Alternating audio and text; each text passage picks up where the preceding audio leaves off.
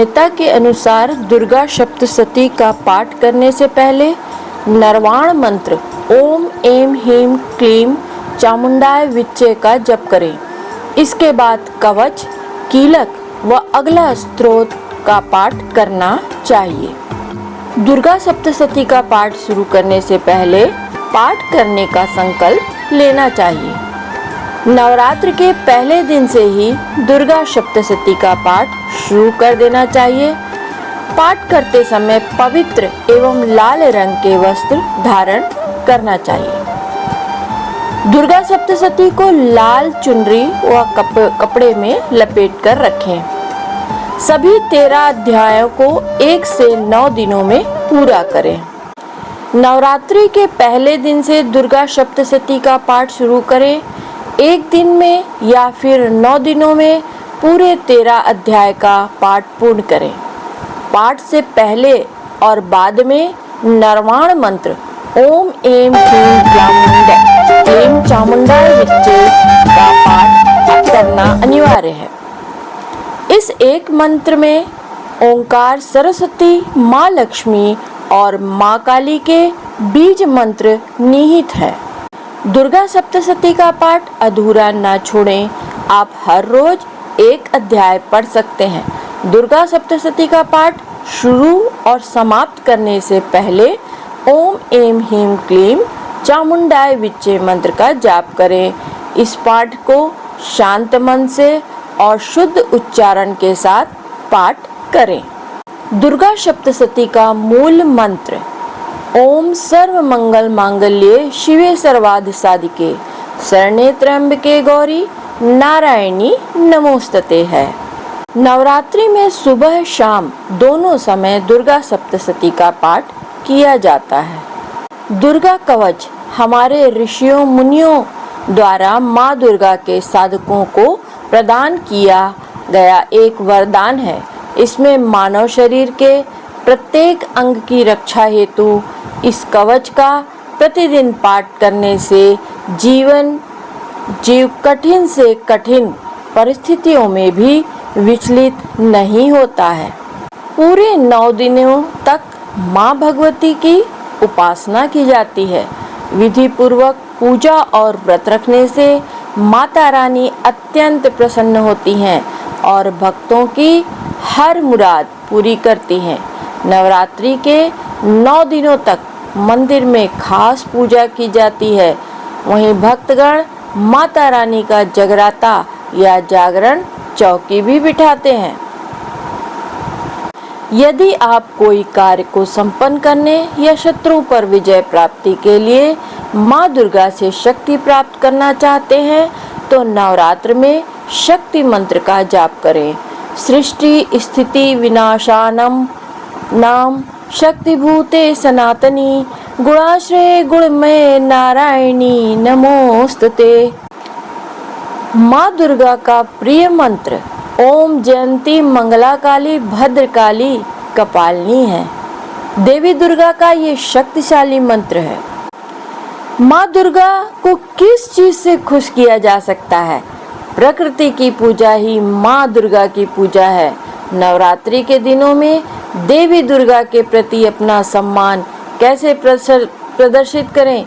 इन दिनों हमें सुबह जल्दी उठकर स्नान करना चाहिए और देवी माँ का ध्यान करना चाहिए। इन दिनों में किया गया दुर्गा सप्तशती का पाठ विशेष फल देता है। इस प्रकार नवरात्रि पर दुर्गा सप्तशती का पाठ करना बहुत ही शुभ और फलदायी माना गया है। और एक खास बात, नवरात्रि के 9 दिनों में से किसी भी दिन यदि आप माँ दुर्गा को गुलाब के फूल अर्पित करते हैं तो आपको माता रानी का विशेष आशीर्वाद प्राप्त होगा। दरअसल माँ दुर्गा का गुलाब के फूल विशेष रूप से प्रिय है। गुलाब के फूल यदि आप माँ दुर्गा को नवरात्रि में अर्पित करते हैं तो घर परिवार में सुख समृद्धि आती है। जय माता दी। शैलजा अपने चैनल पर आपका हार्दिक स्वागत करती हूँ। आज दुर्गा सप्तशती भाषा में देवी कवचम का पाठ करेंगे।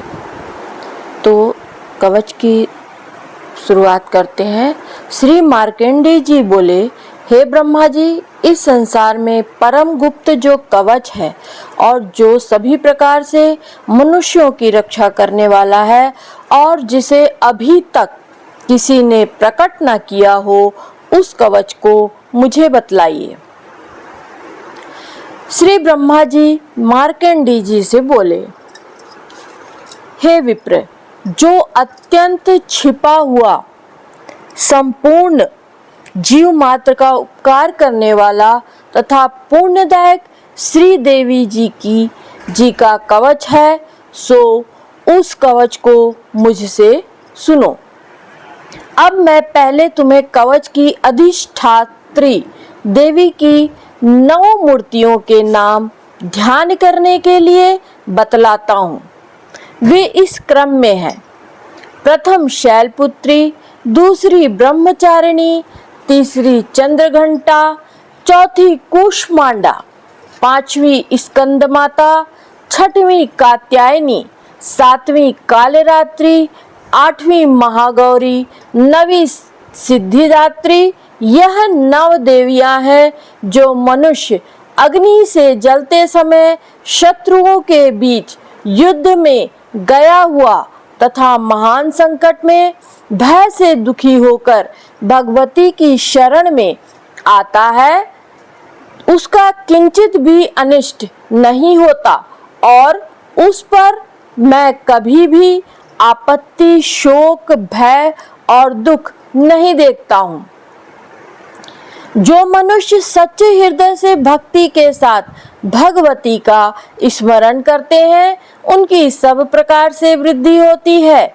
और हे देवी, तुम्हारा जो स्मरण करते हैं उनकी तुम अवश्य ही रक्षा करती हो, इसमें लेश मात्र भी संदेह नहीं है।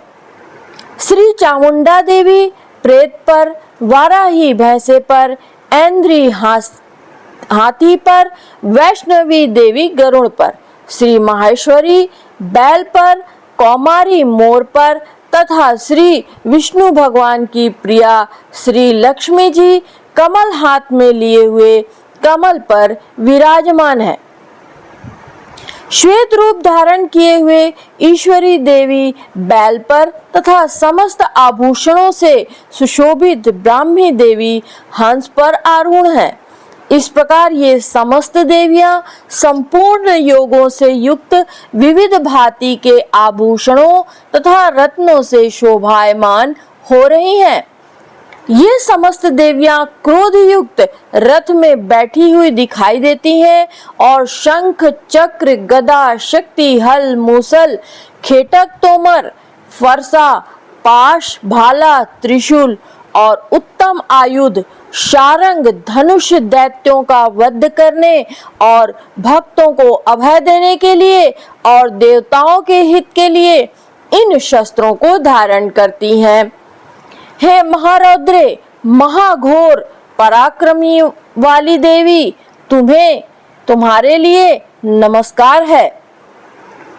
हे महाबलशालिनी, हे महान उत्साह वाली, हे महाभय विनाशिनी, हे बड़ी कठिनता से दर्शन देने वाली, शत्रुओं के भय को बढ़ाने वाली देवी, मैं तुम्हारी शरण में आया हूँ। मेरी रक्षा करो। पूर्व दिशा में ऐन्द्री देवी, अग्नि कोण में अग्नि देवता, दक्षिण दिशा में वाराही देवी, नैऋत्य कोण में खड्गधारिणी वारुणी देवी, पश्चिम में तथा वायु कोण में मृगवाहिनी, उत्तर दिशा में कौमारी, ईशान कोण में शूलधारिणी, ऊपर आकाश से ब्रह्माणी और नीचे से वैष्णवी मेरी रक्षा करें। इस प्रकार शव या मुर्दे में बैठी हुई चामुंडा देवी मेरी 10 दिशाओं में रक्षा करें। जया देवी आगे की तरफ से, विजया देवी पीछे की ओर से, अजिता देवी बाईं तरफ से तथा दाहिनी ओर से अपराजिता देवी, उद्योतनी चुटिया की उमा देवी शिर में उपस्थित हो। मालाधारी माथे की यशस्विनी देवी दोनों भुवों की, त्रिनेत्रा देवी दोनों भुवों के मध्य स्थान की, नासिका की रक्षा यम घंटा देवी आंखों के मध्य की, शंखिनी देवी कानों की, द्वारवासिनी कालिका कपोलों की, जड़ में शांकरी नासिका की सुगंधा और ऊपर के होठों की चर्चिका देवी, अमृतकला नीचे के होठ की तथा सरस्वती जिह्वा की, दांतों की कौमारी कंठ देश की चंडिका, चित्रघंटा गले की,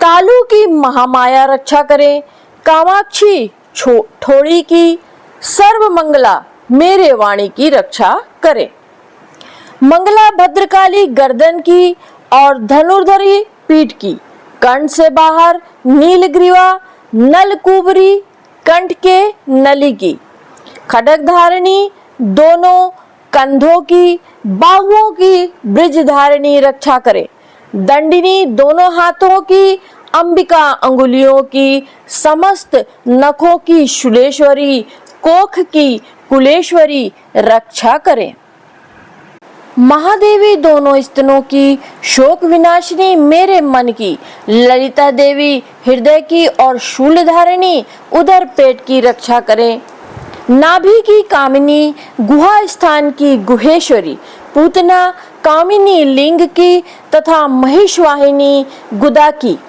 कमर की भगवती, घुटनों की विंध्यवासिनी, सब कामनाओं को पूर्ण करने वाली महादेवी जंघाओं की रक्षा करे, घुट्टियों की नारासिंही, पैर के पृष्ठभाग की तेजसी देवी, पांवों की अंगुलियों की श्रीधरी देवी, तलवों की स्थलावासिनी देवी, दृष्टा कराली देवी, नखों की ऊर्ध्वकेशिनी केशों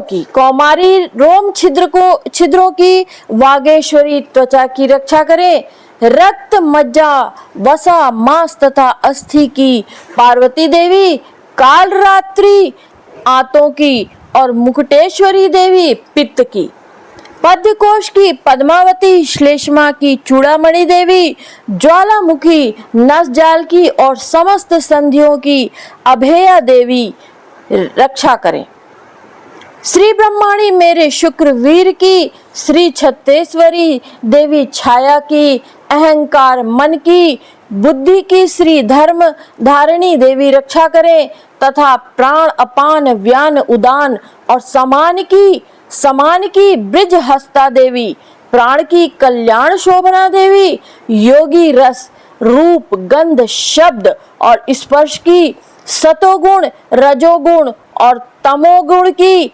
नारायणी देवी रक्षा करें, आयु की वाराही देवी, धर्म की वैष्णवी देवी रक्षा करें, चक्रिणी देवी यश कीर्ति धन और विद्या की सदा रक्षा करें, इंद्राणी मेरे गोत्र की, चंडिका मेरे पशुओं की, श्री महालक्ष्मी मेरे पुत्रों की और भैरवी मेरी स्त्री की रक्षा करे, सुपता देवी मार्ग की क्षेम करी, मार्ग में आई हुई आपत्तियों से महालक्ष्मी दरबार में, विजया देवी सभी स्थानों में सब प्रकार से रक्षा करें, यदि कवच में कोई स्थान रक्षा से शेष रह गया हो तो उस स्थान पर पापों का नाश करने वाली जयंती देवी रक्षा करें, अपने कल्याण चाहने वाले मनुष्य को कवच के बिना एक पग भी नहीं चलना चाहिए, क्योंकि कवच से अपनी रक्षा करके नित्य जिस जिस स्थान पर जाकर जिस जिस कार्य की इच्छा करता है उस कार्य में अतुलनीय ऐश्वर्य को प्राप्त करता है, तथा जिसने कवच धारण कर रखा है वह युद्ध में निर्भय होकर विजय को प्राप्त करता है और वह तीनों लोकों में पूजनीय होता है। यह देवी का कवच देवताओं को भी दुर्लभ है। जो मनुष्य श्रद्धा पूर्वक पवित्र हो, नित्य प्रति तीनों संध्याओं के समय इस भगवती के पाठ को करता है, उसे दैवी कला प्राप्त होती है। वह त्रैलोक में कहीं भी पराजित नहीं होता तथा अकाल मृत्यु से रहित होकर 100 वर्षों तक जीवित रहता है और उसके लूसा, मकड़ी, विस्फोटक आदि रोग नष्ट हो जाते हैं। स्थावर, जंगम, कृत्रिम, विषादी तथा समस्त अभिचार यंत्र, मंत्र, तंत्र आदि जो भी पृथ्वी पर हैं तथा भूचर प्राणी, खेचर, जलचर प्राणी और उपदेशक साथ में उत्पन्न हुए तथा कुक्षी में उत्पन्न होने वाले रोग, शाकनी, डाकनी आदि नीच देवता इस कवच के धारण करने से नष्ट हो जाते हैं। अंतरिक्ष में गमन करने वाले महाबलशाली डाकनी, गृह, भूत, पिशाच, यक्ष, गंधर्व, राक्षस, ब्रह्म राक्षस, बेताल, कूष्मांड तथा भैरवादिक अनिष्टकारक देवता देवी के कवच को हृदय में धारण करने वाले पुरुष के दर्शन मात्र से भाग जाते हैं। इस कवच को धारण करने से पुरुष के तेज में वृद्धि होती है, यश और कीर्ति भी बढ़ती है। जो मनुष्य पहले इस कवच का पाठ करने के बाद में सप्तशती का पाठ करता है, उस मनुष्य के संतति, पुत्र, पौत्रादिक जब तक यह भूमंडल, पर्वत, वृक्ष, वन को धारण किए हुए हैं तब तक पृथ्वी पर बने रहते हैं। और जो देवताओं के लिए भी परम दुर्लभ स्थान है, वह देहांत के बाद उस परमोत्तम धाम को प्राप्त करता है और दिव्य स्वरूप को प्राप्त होकर शिव जी के साथ आनंद का भागी होता है। इति देवी कवच भाषा समाप्तः। अर्गला स्तोत्रम। जयंती, मंगला, काली, भद्रकाली, कपालिनी, दुर्गा, क्षमा, शिवा, धात्री, स्वाहा, स्वधा आदि मूर्तिमय देवियों, तुम्हें मेरा नमस्कार है। हे चामुंडे देवी, हे प्राणी मात्र का कष्ट हरण करने वाली देवी, तुम्हारी जय हो। हे सर्वव्यापिनी, हे कालरात्रि देवी, आपकी जय हो, आपके लिए नमस्कार है। हे मधुकैटभ दैत्य को मारने वाली, श्री ब्रह्मा जी को वरदान देने वाली, आपके लिए नमस्कार है। हे देवी, मुझको रूप दो, जय दो, यश दो और शत्रुओं का संहार करो। हे महिषासुर दैत्य को मारने वाली, भक्तों के लिए सुख देने वाली, तुमको नमस्कार है। हे भगवती, तुम मेरे लिए सुंदर स्वरूप हो, जय दो, यश दो और शत्रुओं का संहार करो। रक्त बीज दैत्य का वध करने वाली, हे चंडमुंड का विनाश करने वाली, मुझको रूप दो, जय दो, यश दो और शत्रुओं का संहार करो। हे शुंभ, निशुंभ तथा धूम्राक्ष दैत्यों का मर्दन करने वाली, तुमको नमस्कार है। मुझको रूप दो, जय दो, यश दो और शत्रुओं का संहार करो। सर्व पूजित युगल चरणों वाली देवी, हे समस्त सौभाग्य देने वाली देवी, मुझको रूप दो, जय दो, यश दो और शत्रुओं का संहार करो। अचिंतनीय रूप और चरित्र वाली, हे समस्त शत्रुओं का नाश करने वाली देवी, मुझे रूप दो, जय दो, यश दो और शत्रुओं का नाश करो।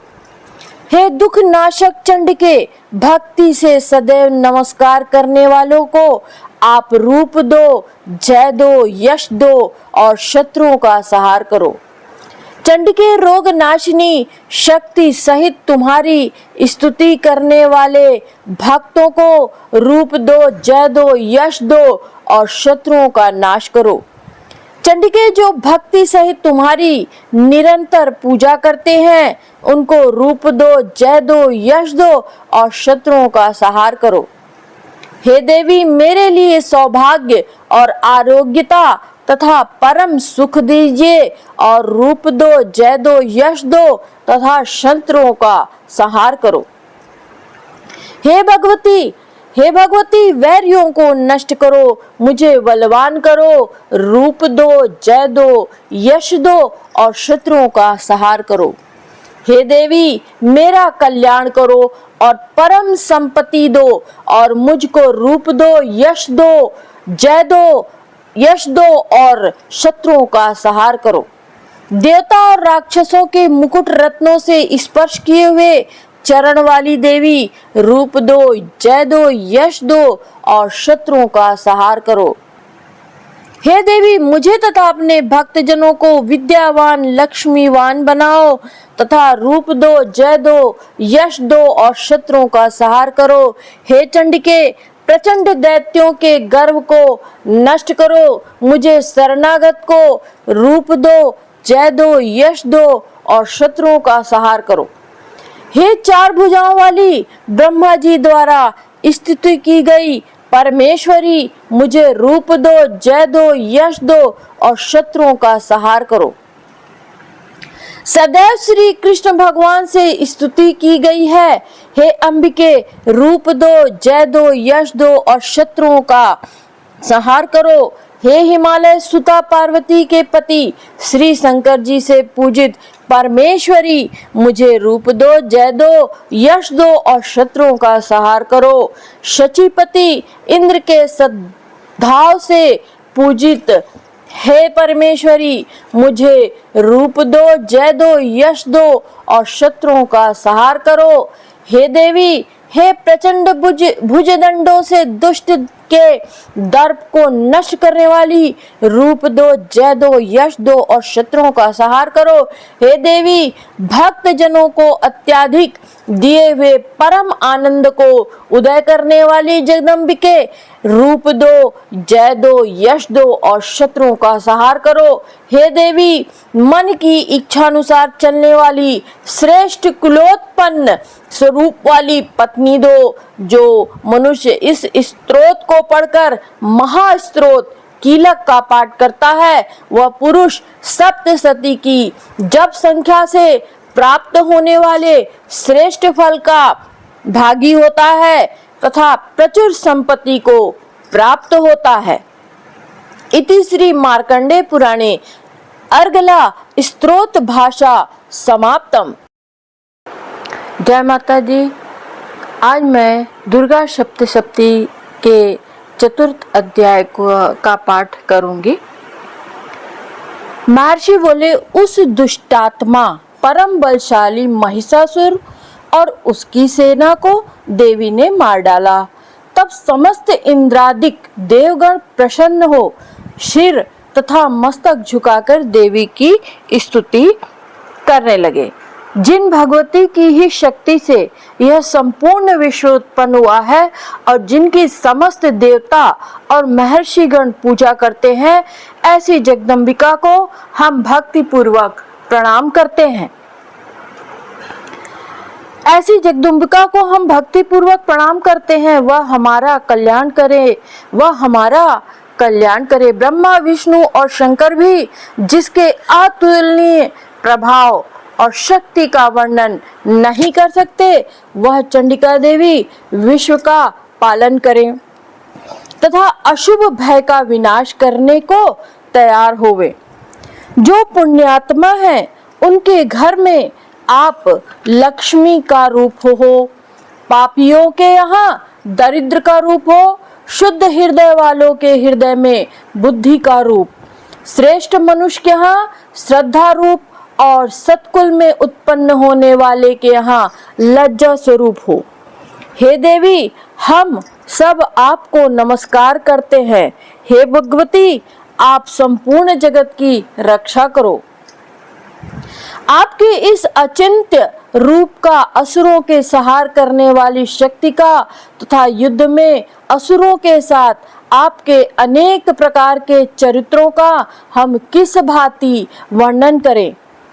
आप त्रिगुणमयी होते हुए भी सारे संसार का सेतु हो।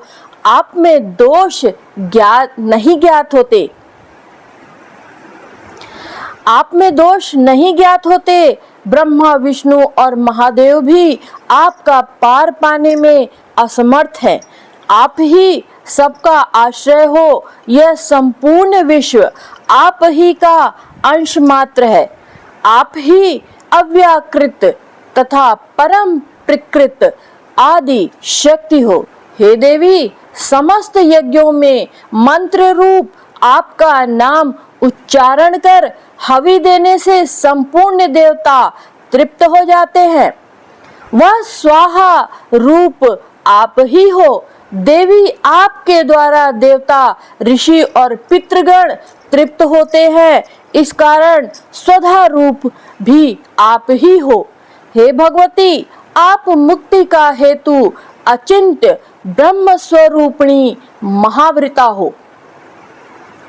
हे देवी, आपका अभ्यास राग द्वेष रहित तत्ववेत्ता, जितेंद्रिय तथा मोक्ष की इच्छा रखने वाले मुनिजन करते हैं, इसलिए आप सर्वोपरि हो।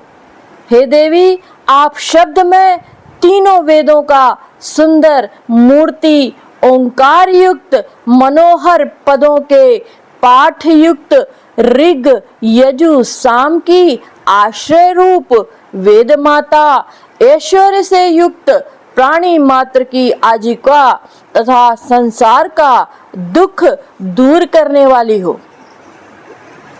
हे भगवती, समस्त शास्त्रों का ज्ञान देने वाली मेधा शक्ति, इस कठिन भव सागर से पार लगाने वाली नौका रूपी दुर्गा देवी आप हो।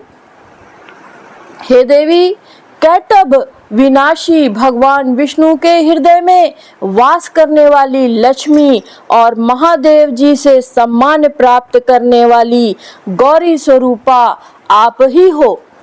हे भगवती, पूर्ण चंद्रमा के तुल्य निर्मल तथा स्वर्ण के सदृश कांतिमान मंद मंद मुस्कुराते हुए मुख को देखकर भी क्रोध से युक्त हो महिषासुर ने आपके ऊपर प्रहार किया था। सो बड़े आश्चर्य की बात है, हे देवी, उदय होते हुए चंद्रमा के तुल्य आपकी छवि जो क्रोध के कारण विकराल हो उठी थी, उसे देखकर भी महिषासुर ने प्राण नहीं छोड़े। यह भी विचित्र बात है, क्योंकि क्रोध युक्त यमराज को देख कौन जीवित रह सकता है। हे देवी, आप प्रसन्न हो जाइए। आप संसार के कल्याण के लिए ही उत्पन्न हुई हो। आपके क्रोध करने से सबका नाश होता है। यह बात अभी अनुभव में आई है कि आपने बहुत बड़ी सेना सहित महिषासुर का विनाश किया है। हे देवी, जिन पर आप प्रसन्न होती हो, संसार में उनके लिए ही सम्मान तथा यश सुलभ है। वे ही धर्मवीर हैं, धन्य हैं तथा स्त्री पुरुष दास आदि से संपन्न रहते हैं। हे देवी, आपकी कृपा से पुण्यशील पुरुष सदैव धर्म कार्य किया करते हैं और मृत्यु के बाद उन्हें स्वर्ग प्राप्त होता है। इस कारण हे देवी, आप त्रैलोक्य में अभिष्ट मन वांछित फल की दाता हो। हे दुर्गे देवी, दुखी मनुष्य के स्मरण करने पर आप उनका संपूर्ण भय दूर कर देती हो। स्वस्थ पुरुषों के स्मरण करने पर उनको उत्तम बुद्धि देती हो। दरिद्रता के दुख और भय को नष्ट करने वाला तुम्हारे अलावा और कौन है जिसका चित्त दूसरों के उपकार करने के लिए दया से परिपूर्ण है। हे देवी, इन असुरों को मारने से संसार में सुख हो और ये असुर नरक में रहने के निमित्त भले ही पाप करते रहे हों, परंतु युद्ध में मरकर ये स्वर्ग लोक को प्राप्त करें, इसलिए आप इनका वध करती हो। हे देवी, संपूर्ण दैत्य आपको देखने मात्र से ही भस्म हो जाते, किंतु आपने शस्त्र से इनका संहार इसी कारण किया कि पवित्र शस्त्र के प्रहार से असुरों को स्वर्ग मिलेगा। इस प्रकार शत्रुओं के लिए भी आपके कितने श्रेष्ठ विचार हैं। आपकी तलवार की उग्र प्रभा से और त्रिशूल के नोक की चमक से उन राक्षसों की आंख फूट नहीं गई, इसलिए कि किरण सहित चंद्रमा के सदृश आपके शीतल मुख उन्होंने देख लिया था। हे देवी, आपका शील दुराचारियों के दुराचार को दूर करने वाला है और उसकी समता नहीं है, और आपका स्वरूप अविचिंत्य है। आपका वीर पराक्रम देवताओं के बल और पराक्रम के हरण करने वाले असुरों का नाश करने वाला है। इसी तरह से शत्रुओं पर आपकी हुई कृपा प्रत्यक्ष है। हे देवी, आपके पराक्रम की किसके साथ तुलना हो सकती है। शत्रुओं को भयभीत करने वाला एवं आपके समान सुंदर स्वरूप और कहाँ है। हृदय में दया परंतु युद्ध में कठोरता, यह बातें त्रैलोक में आप ही में दिखाई देती हैं। आपने युद्ध में शत्रुओं को मार करके तीनों लोकों की रक्षा कर उन असुरों को स्वर्ग पहुंचा दिया और उन्मुक्त असुरों से हमें निर्भय कर दिया। हम आपको नमस्कार करते हैं। हे देवी, त्रिशूल से हमारी रक्षा करो।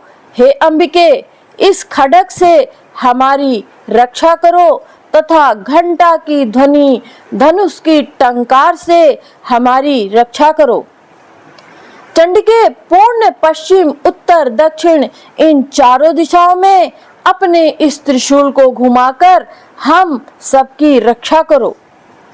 तीनों लोक में आपके जो सुंदर तथा भयानक रूप विचरते रहते हैं, उन सब रूपों से हमारी और पृथ्वी की रक्षा करो।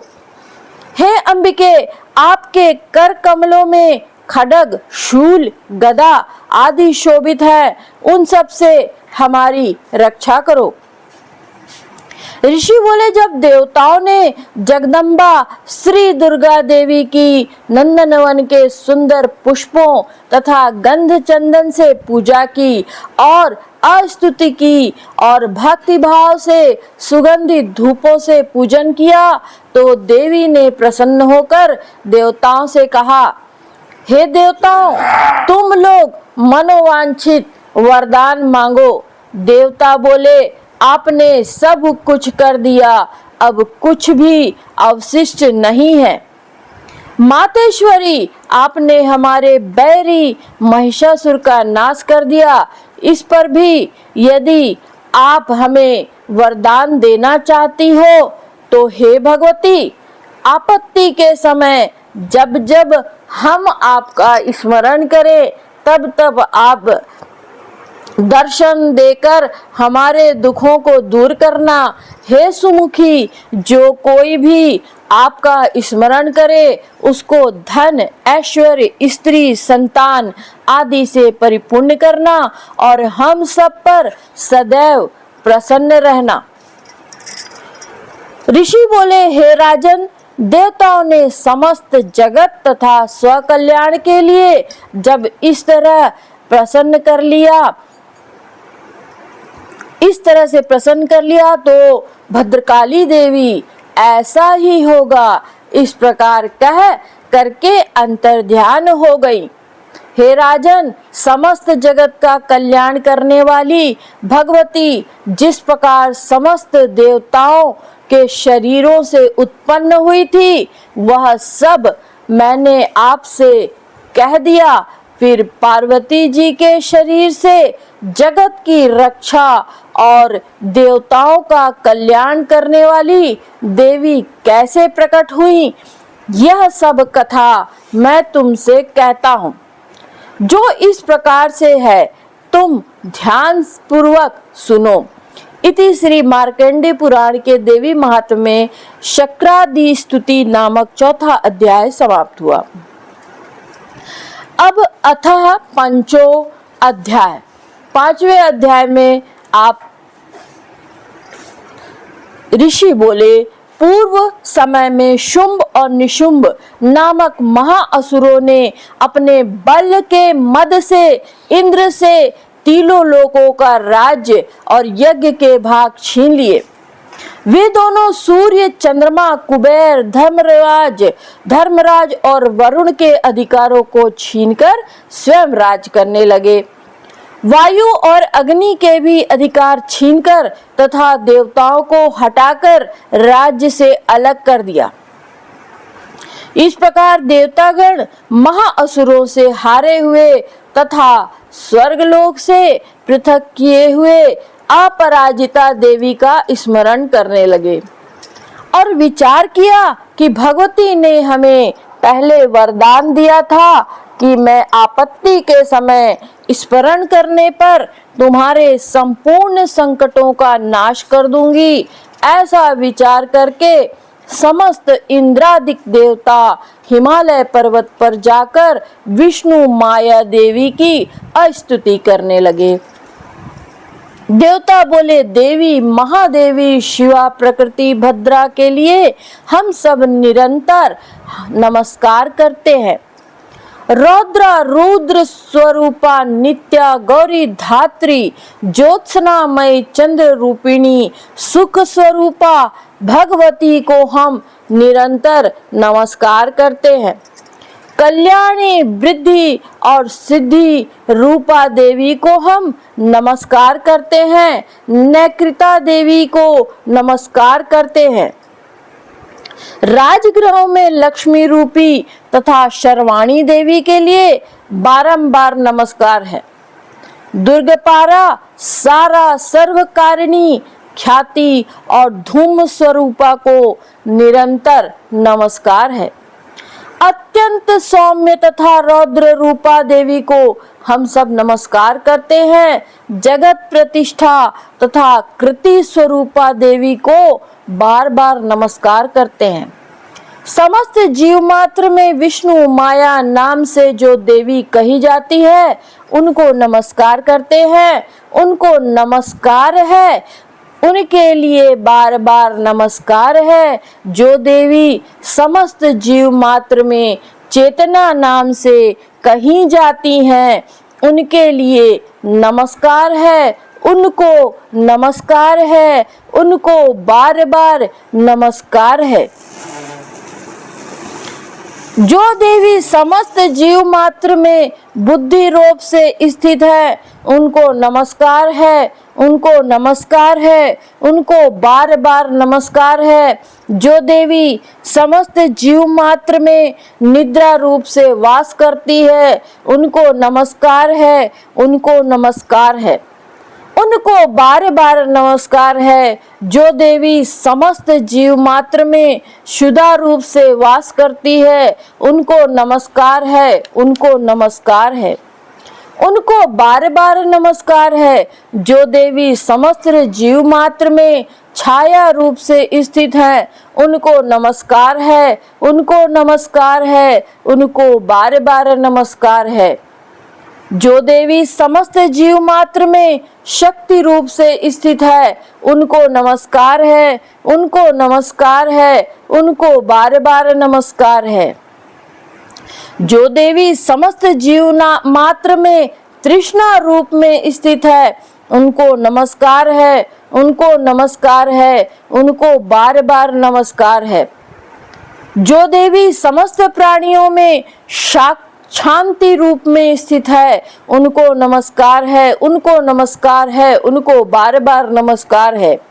जो देवी समस्त प्राणियों में जाति रूप में से स्थित है उनको नमस्कार है, उनको नमस्कार है, उनको बार बार नमस्कार है। जो देवी समस्त जीव मात्र में लज्जा रूप से स्थित है उनको नमस्कार है, उनको नमस्कार है, उनको बार बार नमस्कार है। जो देवी समस्त जीव मात्र में शांति रूप से स्थित है उनको नमस्कार है, उनको नमस्कार है, उनको बार बार नमस्कार है।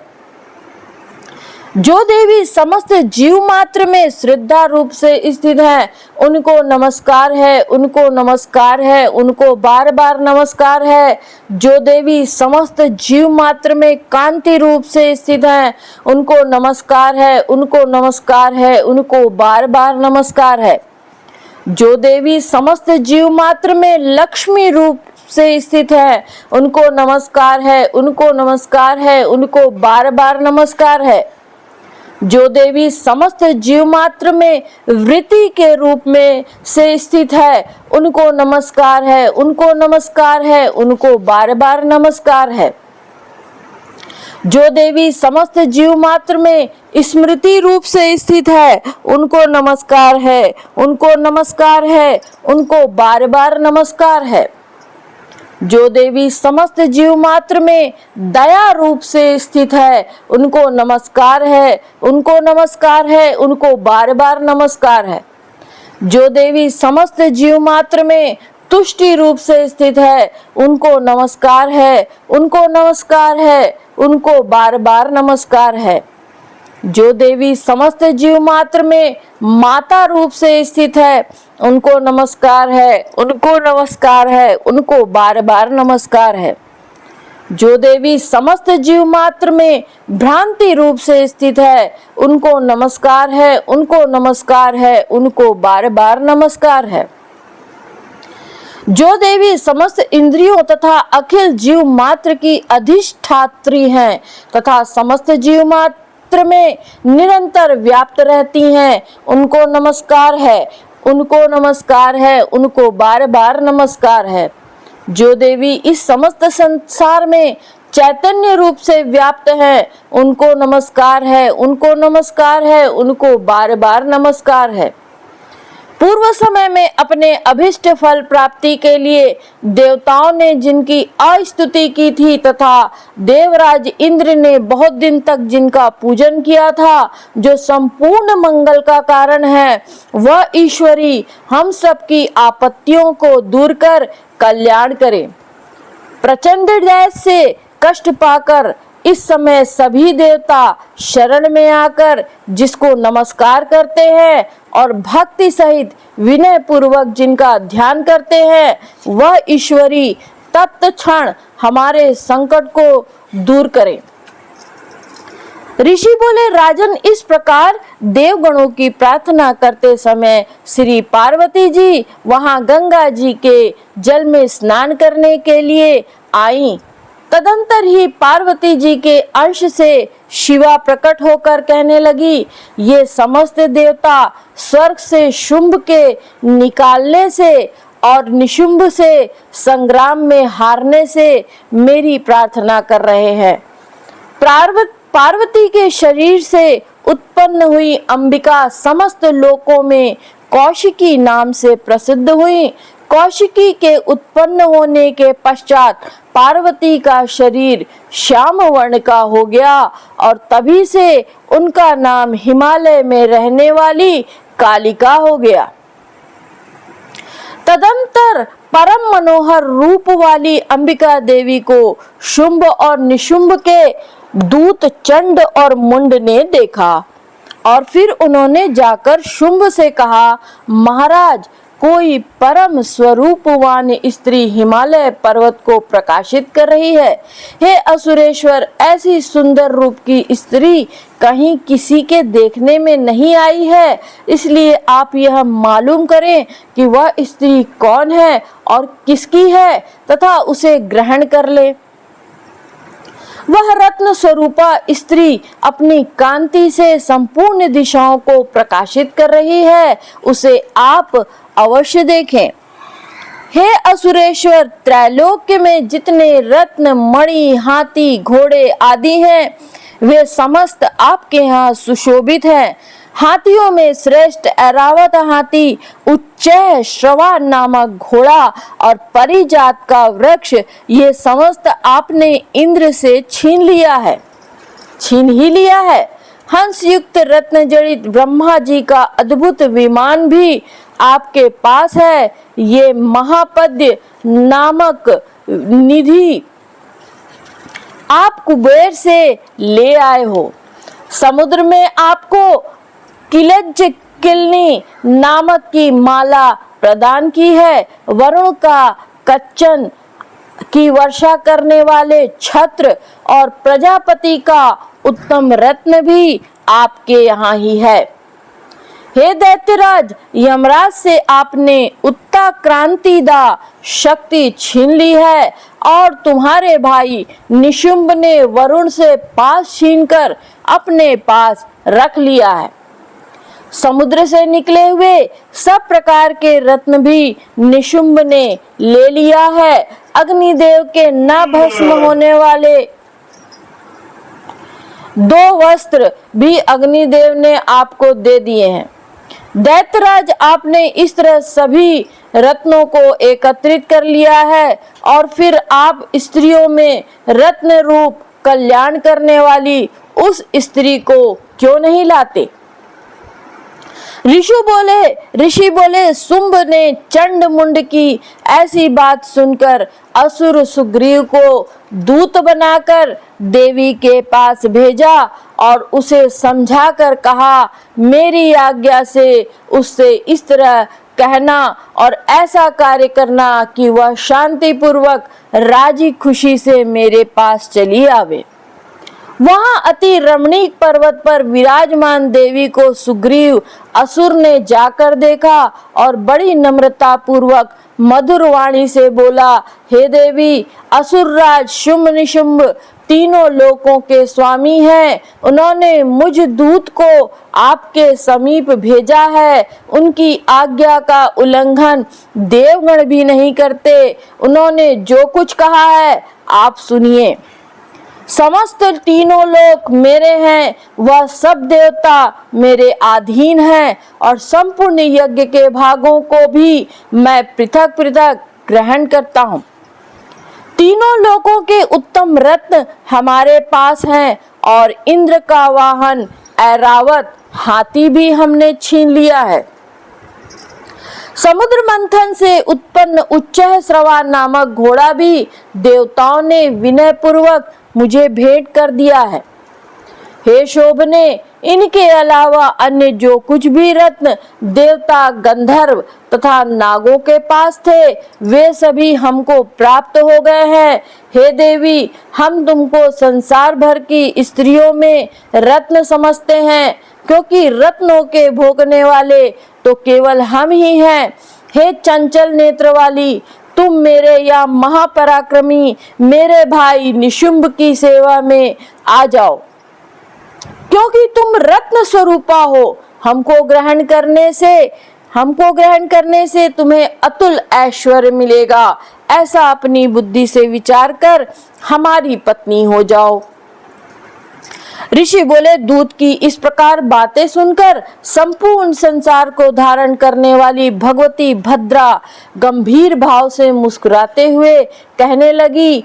देवी बोली, हे दूत, तूने इस समय जो कुछ भी कहा है वह सत्य है, इसमें कुछ भी असत्य नहीं। शुंभ तीनों लोकों का राजा है और निशुंभ भी उसी के समान पराक्रमी है, परंतु इस विषय में मेरी जो प्रतिज्ञा है उसे मैं किस तरह झूठा करूं। मैंने जो प्रतिज्ञा की है उसे सुन। जो मुझे संग्राम में जीतकर मेरे अभिमान को चूर्ण कर देगा और मेरे समान बलवान होगा वही मेरा पति होवेगा। इसलिए शुंभ अथवा निशुंभ महाअसुर यहाँ आए, मुझे जीत ले और तत्काल ही मेरे साथ विवाह कर ले। दूत बोला, हे देवी, तुझे बड़ा अभिमान है, मेरे सामने इस प्रकार की बातें मत कह। तीनों लोकों में ऐसा कौन पुरुष है जो शुंभ और निशुंभ के सामने खड़ा हो सके। अन्य आसुरों के समान समस्त देवता युद्ध में नहीं ठहर सकते, तुम अकेली किस तरह उनके सामने युद्ध में ठहर सकोगी। इंद्रादिक सभी देवता जिन शुंभ निशुंभ के आगे ठहर नहीं सके, तुम स्त्री होकर उनका सामना किस भांति कर सकोगी।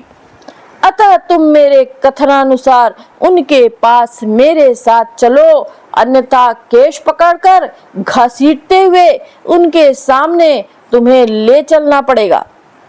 देवी बोली, तूने जो कुछ कहा वह बिल्कुल ठीक है। शुंभ और निशुंभ दोनों ही अधिक बलवान हैं, परंतु मैं विवश हूँ, क्योंकि मैं बिना विचारे प्रतिज्ञा कर चुकी हूँ। सो इस कारण तू जा और असुर राज शुंभ से मैंने जो कुछ कहा है समझा कर कहना, वह जो उचित समझे करे। इति श्री मार्कंडेय पुराण के देवी महात्म्य देवदूत संवाद नामक 5वीं अध्याय समाप्त।